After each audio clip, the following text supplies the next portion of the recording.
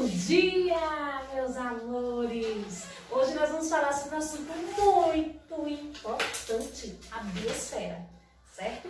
Eu estou muito feliz porque, assim, é a biosfera que nos dá a vida e nós temos que agradecer a Deus por essa camada maravilhosa que é a biosfera. Vamos lá. O que é a biosfera, professora? Vamos colocar lá na página 38 do livro de Geografia. Geografia! Página 38 e 39, certo? Página 38 e 39. Para casa, vocês vão fazer a leitura da página 38 a 40 e vão responder da 40 a 42. Combinado? Vamos lá. Os tambores. Vamos lá. Biosfera, página 38. Professora, o que é a biosfera? O que é a biosfera? A biosfera é a camada da Terra. Lembra das camadas que nós estávamos estudando? A atmosfera, a litosfera. Então, a biosfera é essa camada da Terra onde estão presentes os seres vivos. Cadê a Áurea? Cadê nós seres vivos? Certo? Então, está presente os seres vivos. Professora, o pato também é ser vivo. Está na nossa camada, a camada da biosfera. E o que significa a biosfera? Bio vem de vida.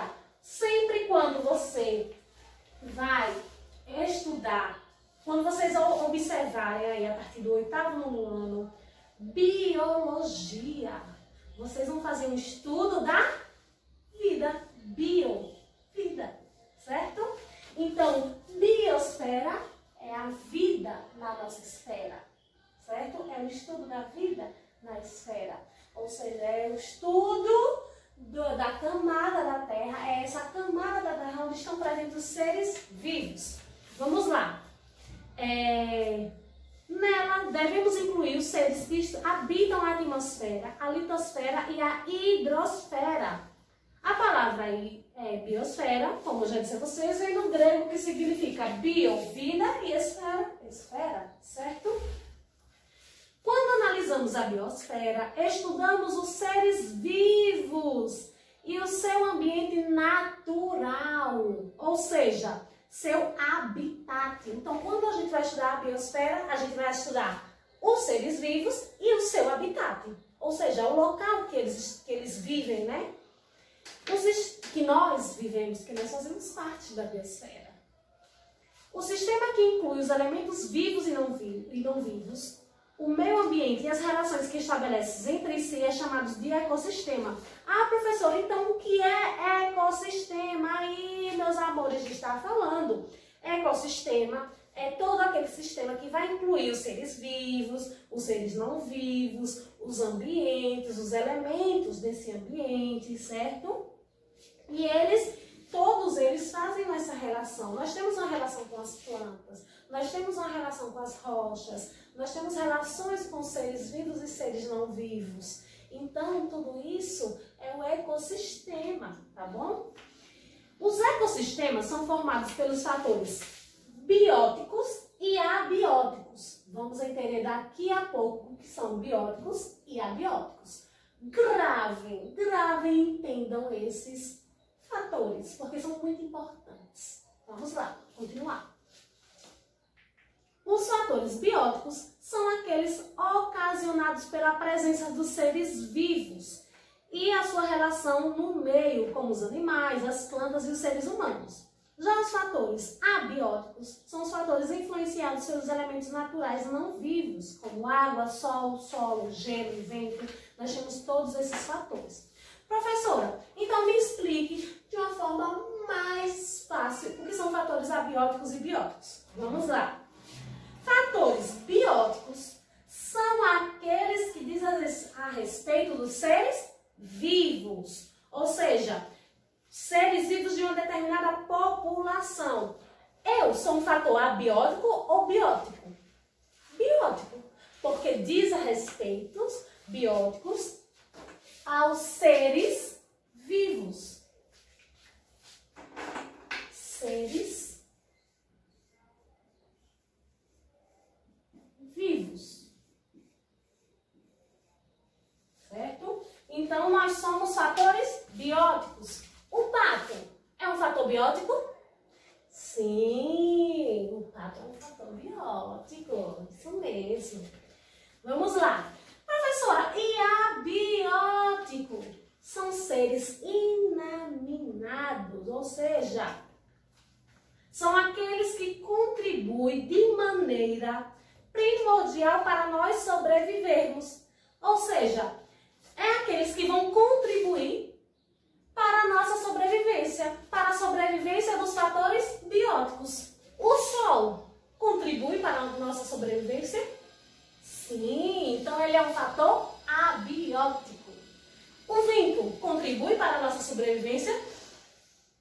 O ar. Sim, então ele é um fator abiótico.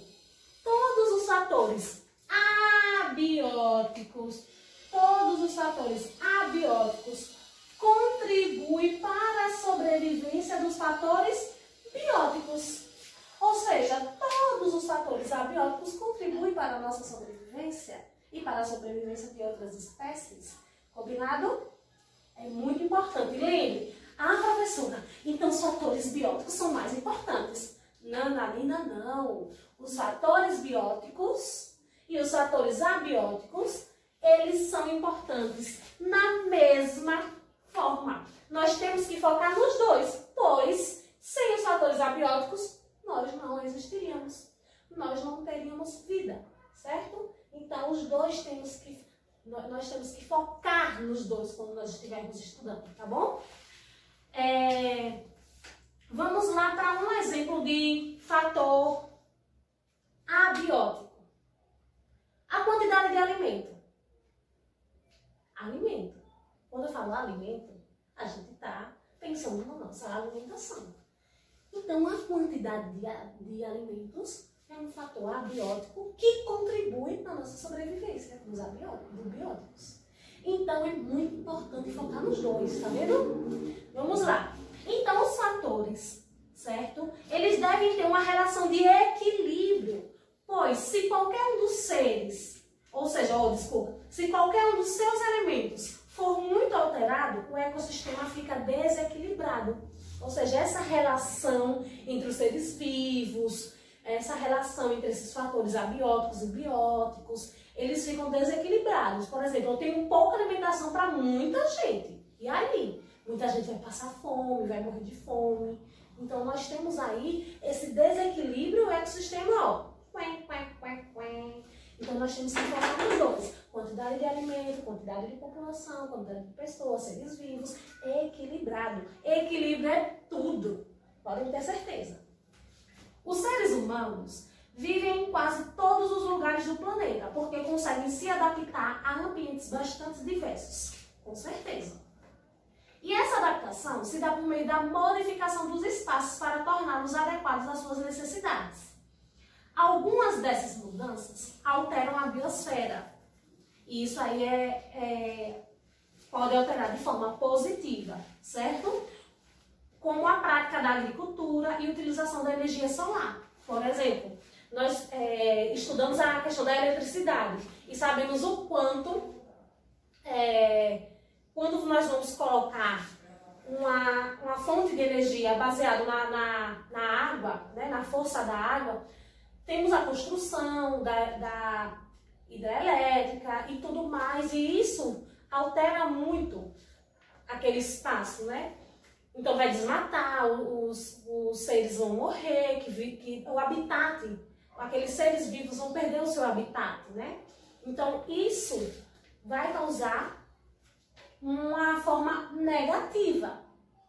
Mas também nós temos a utilização dessa camada, ou seja, da biosfera, de uma forma positiva, que a energia solar é um tipo de energia limpa, que é a utilização do sol para produzir energia. Então nós temos que relacionar todos esses assuntos, porque geografia não é geografia, ciências não é ciências. Eles, se entrelaçam, os conhecimentos, eles vão fluindo. E aí quando a gente estuda a gente vai perceber que está no assunto do outro. Então nós temos que ter essa percepção. Lembra da energia? Hoje nós estamos falando da biosfera. E tem a ver, porque nós temos as formas positivas e as formas negativas da utilização desses fatores. Então, a prática da agricultura e a utilização da energia solar são fatores positivos. E a forma negativa que traz no livro de vocês é a poluição lançada na atmosfera e o desmatamento. Ou seja, com o desmatamento e a poluição lançada na atmosfera, nós temos aí uma forma negativa. E aí vamos dar continuidade. A sobrevivência de todos os seres vivos depende da preservação e conservação da biodiversidade. Por isso, essa é uma preocupação mundial. Assim, países de todo o mundo e organizações não governamentais, ou seja, as ONGs, voltadas para o meio ambiente, realizam convenções e estabelecem acordos para garantir a sobrevivência das diferentes espécies e dos ecossistemas existentes no planeta. E aí nós temos uma palavrinha diferente, hotspots, certo? Professora, o que são hotspots? Então, ó, nós temos 34 hotspots no mundo, certo? Nós temos 34, que são muito especiais. Vamos ler o que são. Eles representam áreas com uma grande concentração de biodiversidade, sendo prioridade para a preservação e conservação. Ou seja, nós não podemos salvar o mundo por completo. Aquela frase, vou salvar o mundo. Calma, gente, nós não podemos. Por isso que tem esses critérios para nós decidirmos quais os locais nós vamos fazer essas ações, né? Ter essas ações. E esses locais nós chamamos de hotspots, certo? Hotspots, ou seja, são essas áreas.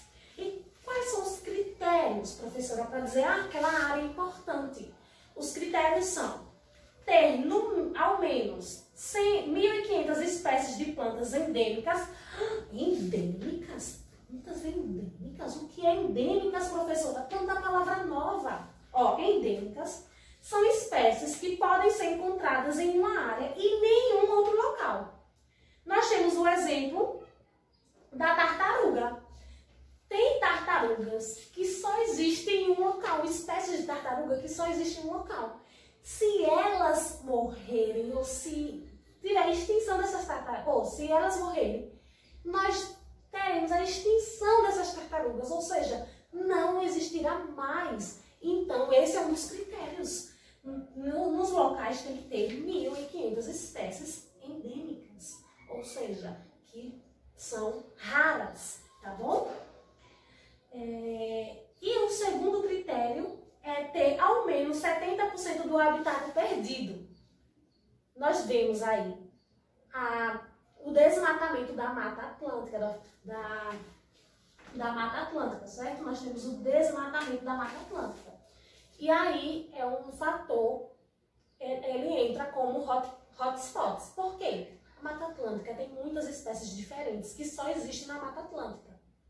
E outro critério é porque ela está sendo desmatada, certo? Está sendo desmatada, o habitat está sendo perdido. E aí as ações governamentais, elas vão focar na Mata Atlântica porque ela é um local de ser observado para que nós para que não se perda nada nela, certo? Então, é um tipo de hotspots. E aí nós temos os 34 hotspots.